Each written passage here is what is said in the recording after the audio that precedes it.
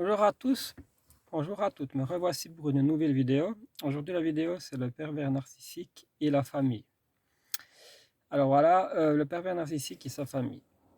Donc je vais peut-être employer un langage un peu cru, alors toutes les personnes qui sont âgées de moins de 18 ans sont priées de ne pas écouter cette vidéo. Voilà.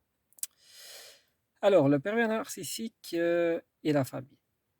Alors par rapport à tous les gens qui me suivent, j'ai remarqué qu'il y a eu une question dernièrement par rapport à la famille. Ça peut être un frère, une sœur qui peut être perverse narcissique ou pervers narcissique pour un homme.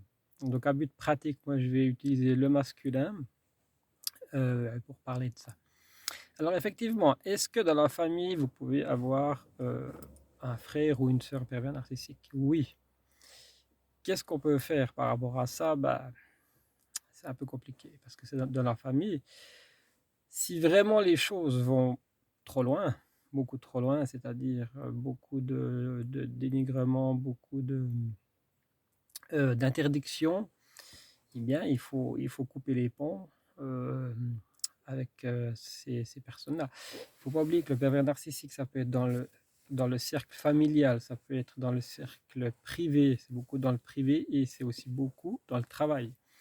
Mais c'est aussi dans la famille, on l'oublie souvent, c'est dans la famille ou même quand il y a eu un enfant, et puis là, il va tout faire pour récupérer l'enfant. Enfin, voilà, c'est vraiment des sales bêtes, quoi. Moi, le conseil que je peux donner à une personne qui a un frère ou une sœur pervers narcissique, ou quelqu'un d'autre dans la famille, ou la mère, le père pervers narcissique, le conseil que je peux donner à la personne qui vit ça, c'est de vous prenez une feuille, vous notez ce qui se passe bien avec votre frère ou avec votre sœur, et vous notez ce qui se passe pas bien avec votre frère ou votre sœur, et vous allez tout de suite voir le décalage qu'il y a entre les bonnes choses et les mauvaises choses. Par rapport à ça, ce serait bien de stopper, de couper les pour un moment, mais pas complètement. C'est la famille, mais après, il faut voir ce qu'ils vous font subir. Si c'est du dénigrement, du harcèlement continu, vous ne pouvez pas non plus continuer avec des gens comme ça. C'est compliqué. Je ne peux pas dire il faut tout stopper dans votre famille, non.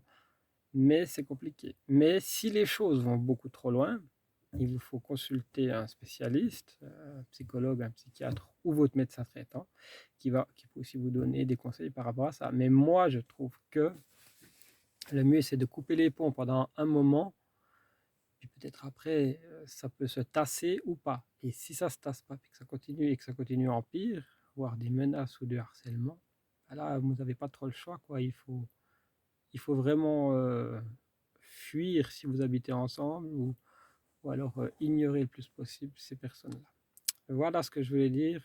Les pervers narcissiques avec la famille.